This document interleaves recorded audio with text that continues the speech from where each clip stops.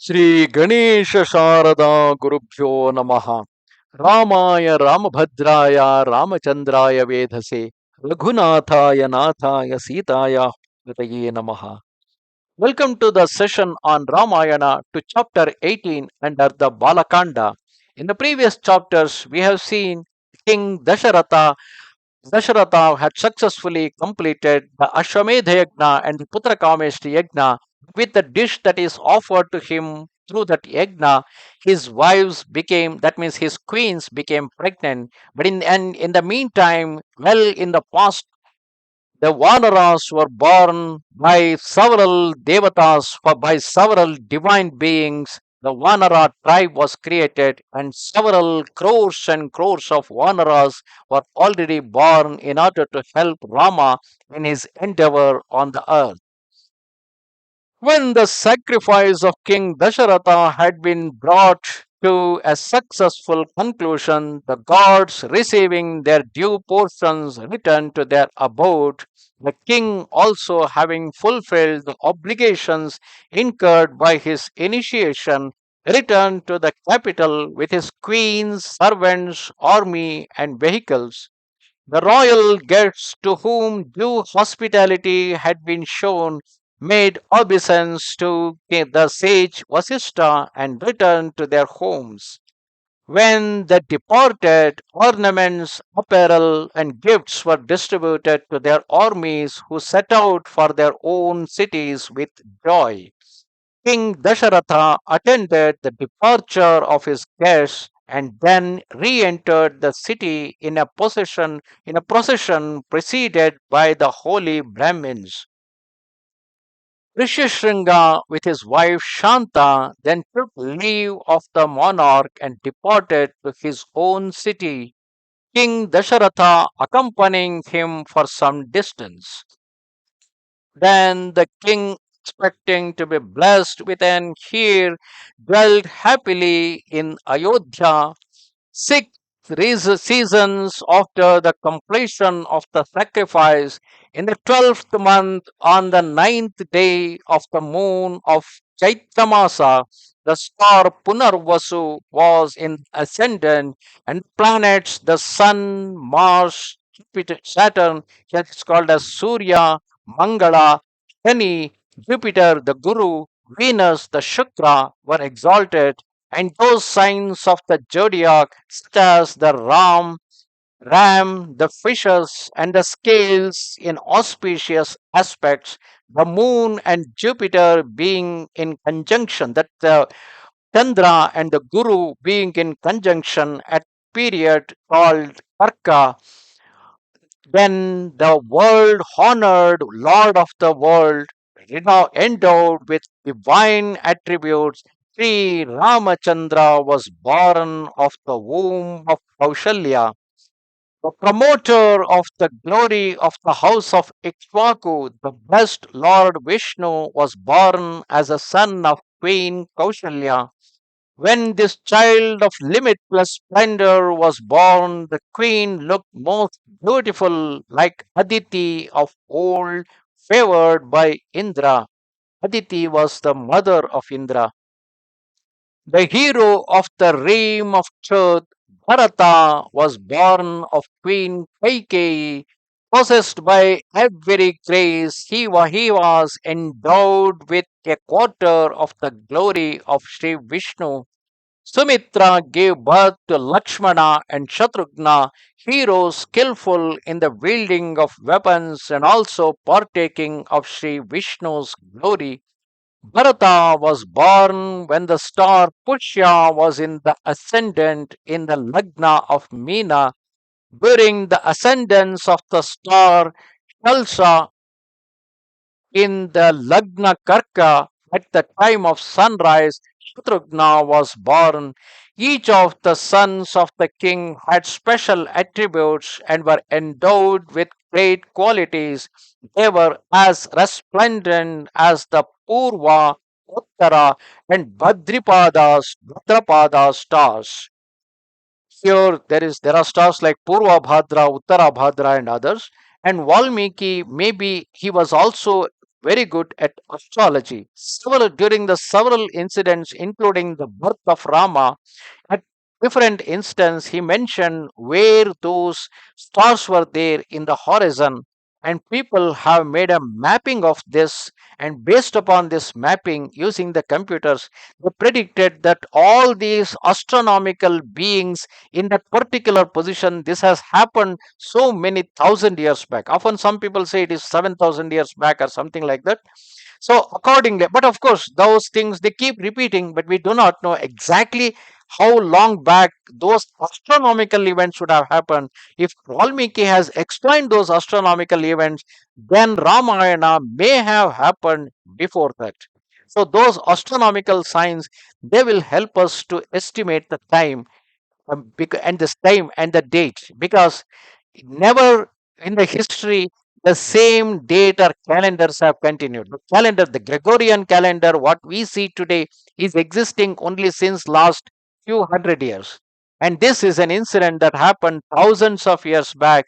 So, because of that reason, probably Valmiki has accounted them with the positions of the stars in detail explained in Ramayana. At that time, Gandharvas played divine melodies, nymphs danced, celestial drums were heard, and the gods showered flowers from the sky.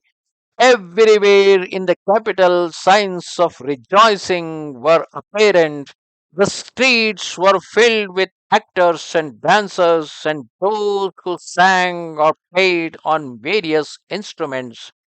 The king gave gifts to the bards and ballad singers and conferred wealth and cows on the Brahmins.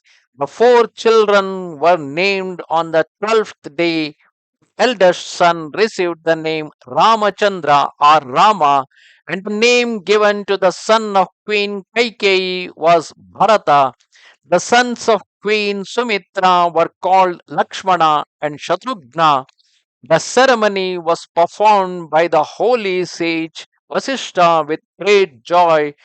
This, the Brahmins of the capital and the country were feasted and presented with gifts and precious gems. Resembling the deity Sri Brahma, the king showed universal benevolence.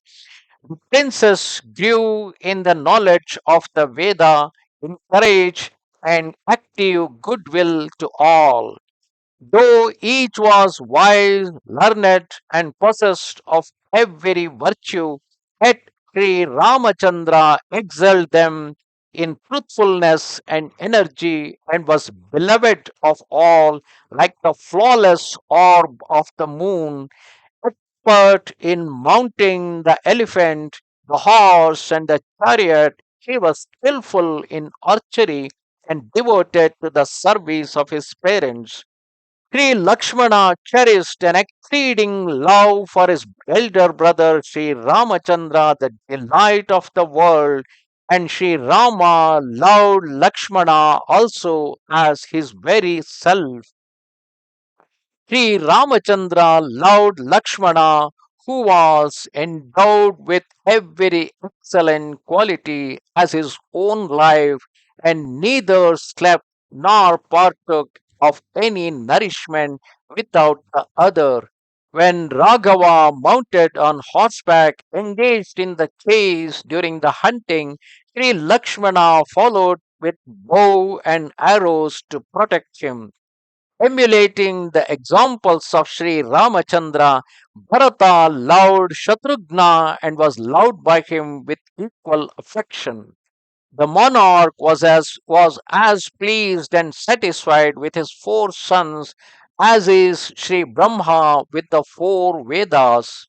Observing the wisdom, prudence, and modesty of his children, who were endowed with very great attribute, King Dasharatha derived as great delight from them as Brahma from the four guardians of the earth.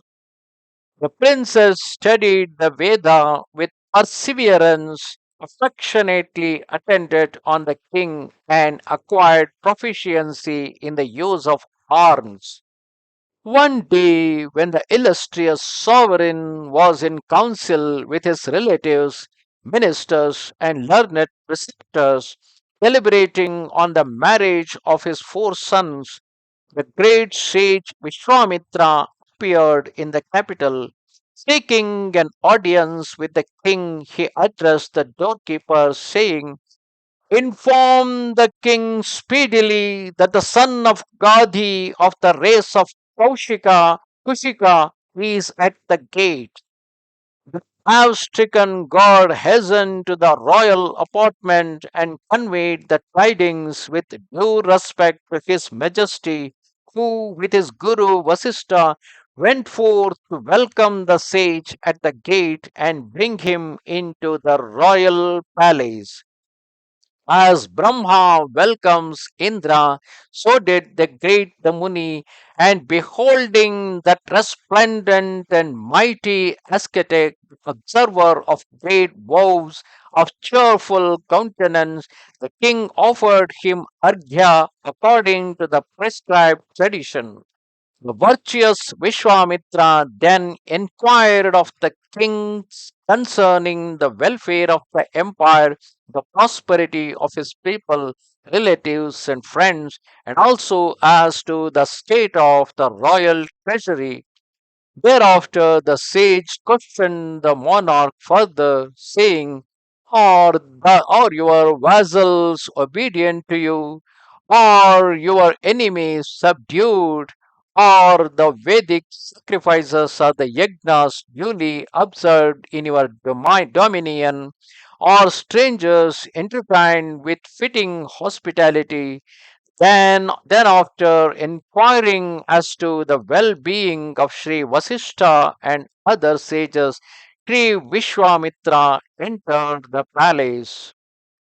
Here the king once more paid him reverence and with delight addressed him, saying, O august sage, your coming has caused me as great a joy as the acquisition of ambrosia or the advent of rain falling on the parched earth. O sage, your approach is as grateful to me as the birth of a son to one without an heir, or the recovery of his wealth to one who imagined that it would be irretrievably lost. O mighty sage, I welcome you with my whole heart. Say what commands you have for me. When your glance had fallen upon me, O sage, I become righteous and acquire merit. Today my life is rendered fruitful, and the purpose of my birth is accomplished since you have visited me.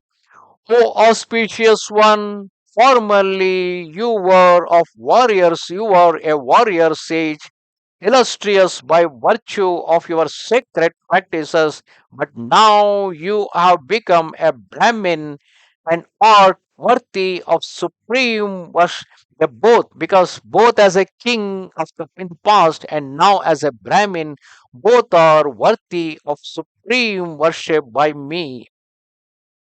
Your advent has conferred purity and blessing on me, and by your sacred presence, both the kingdom and I have been purged of every offense.